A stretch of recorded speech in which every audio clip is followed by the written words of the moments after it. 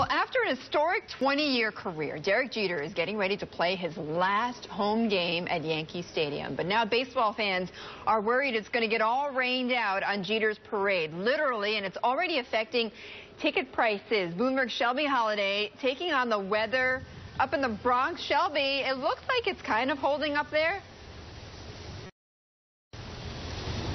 It's kind of holding up. It is raining. We've already seen some rain this morning, and the National Weather Service is calling for about 74% of chance of rain throughout the day. So people are legitimately worried. Even the MLB commissioner is worried this game tonight could get canceled. And of course, this is not just any game. This is Derek Jeter's final homestand, his last game in pinstripes at Yankee Stadium, and people have been talking about this moment since February. When Derek Jeter announced his retirement at the beginning of the year, ticket prices for this game in particular skyrocketed. They fluctuated a little throughout the summer, and then according to our friends at SeatGeek, earlier in the week, before rain was really a big factor, the average ticket price for a seat in Yankee Stadium tonight was $642. That's average. The highest price people were willing to pay was like $6,000. And then the lowest ticket, the cheapest ticket, this kind of blows my mind because it's bleacher seats, was selling for about $250. So the numbers have come down a little bit. The prices have come down because of the rain. But the fact of the matter is people are willing to pay World Series prices to wave goodbye to Jeter at Yankee Stadium tonight. And this game doesn't even affect the postseason. The Yankees are already out of the playoffs. So it is a huge game, and there is a lot of money at stake with tickets. I know it's been kind of a disappointing season if you are a Yankees fan. But Shelby, what happens, though, if the rain comes pouring down and all those $100 ticket prices, what happens to them? Yeah, that's what everyone's kind of looking at and everyone's worried about right now. Basically, everybody loses. The Yankees, of course, want this game to go on. It's a big deal to the city. It's a big deal to the team. But the secondary exchanges will have to reimburse about $12 million worth of tickets. So that'll eat into their profits big time. And then ticket holders who paid a crazy amount of money for this game will only get reimbursed at face value of the ticket. So they will lose out as well. All right, Shelby, thank you so much. Shelby Holiday there up in the Bronx at Yankee Stadium. And many companies paying tribute to this all-star athlete, right? Nike and its Michael Jordan brand started this trend earlier this year with this really touching star-studded farewell ad. Now batting for the Yankees, number 2, Derek Jeter, number 2. Yes, had to get that music in there. That was very touching music. Jeter has meant as much to Nike as Jordan has. With more on the impact of losing a star sports brand like that, I want to bring in Mark Elwood, who is the author of Bargain Fever, How to Shop in a Discounted World. He knows nothing about sports, by the way, just about shopping. Just about shopping. Bloomberg sports reporter Evan Williams, who does know a lot about sports. Yeah. So first off then, Ebby, tell us how important has Derek Jeter been to the Nike brand? He's been incredibly important to the Nike brand. Signed under Jordan, I think, in 1999, and he saw baseball through what was an awful PR crisis with these drugs and the steroid era. That's right. And in an era where almost Mr. Clean. Exactly. Almost everybody had a shadow of doubt cast upon them, except for Derek Jeter.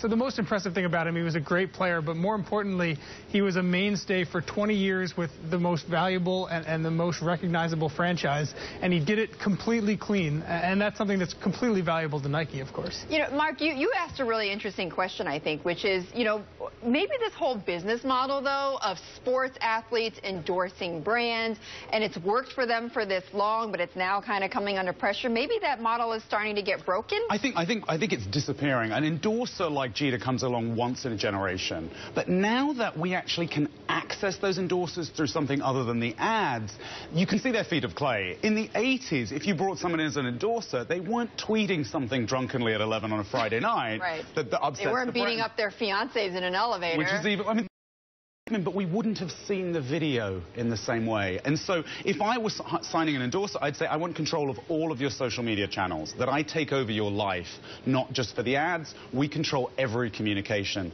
And I don't think many people would be willing to do that. Speaking of Nike, in the past 3 weeks, they've had to walk back endorsements of Ray Rice, of Adrian Peterson, of Oscar Pistorius, let alone last year's embarrassment with Lance Armstrong. There's certainly, I'm sure there's questions in Nike headquarters and sporting goods companies all over whether or not it's worth, kind of hitching your brand to an individual athlete. But you hitch your brand instead to an event. This is the thing. It needs to depersonalize, and you take an amazingly sexy sporting event and say we will own that, because it's much harder for that to go wrong in a very personalized way. It's such a great point, right? Because their lives are so much more out there that it is so much harder to control that story of the athlete. You know, this was really surprising to me, Eben. We're comparing how much Derek Jeter gets in endorsements versus other star players, and we're talking about Tiger Woods, you know, his scandals, of course, notwithstanding. $33 million, LeBron James, $40 million. Why is Derek Jeter so behind these guys? I mean, a lot of it is the sport that he plays.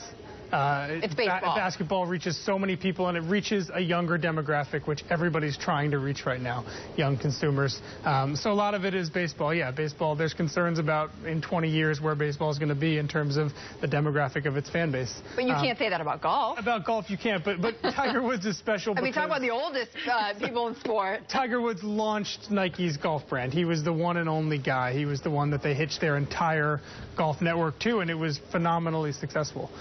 So yeah, I don't think Derek's ever going to make Tiger Woods money, regardless of the fact that Tiger's may have had some personal issues that Derek Jeter may not have. Right. But at $9 million for Jeter per year, it's not bad. It's pretty darn good. Well, especially for a baseball player. Especially for a baseball player. I mean, Mark, how would you sort of athletes and their brands versus other celebrities and how successful they are in promoting brands? I think it's interesting when you look at some of, for example, the Kmart brand endorsers. If you look at Sofia Vergara, who has a fashion line at Kmart, she is the highest paid actress on television. Not because of her Modern Family salary, but because of what she makes out of bilingual ads, but that Kmart deal. And I think a lot of the fashion lines, which are very identified with their endorsers, it's Sofia Vergara for Kmart.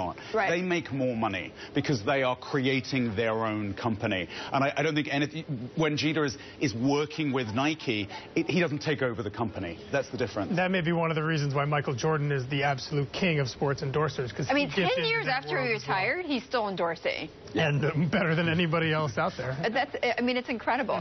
Before we go, though, Mark, this has nothing to do with Eben, but this whole athletic wear becoming sort of fashion. Fableisure, athleisure, fabletic. Right, fabletic, athleisure. That's going to be a big boon, you think, for companies like Nike? I think it is. Normcore is coming in, dress normals, which is the Gap slogan for the fall. The problem, of course, is those clothes are perennial. You don't replace them as fast because they're not so fashionable. They're going to run away from this because we're not going to buy as much if it lasts longer. So do you think I should wear my yoga pants on TV? I think... I dare you. All right. Thank you so much, Mark Elwood, and also to Eben Noby Williams. Eben was like, I'm not even touching that.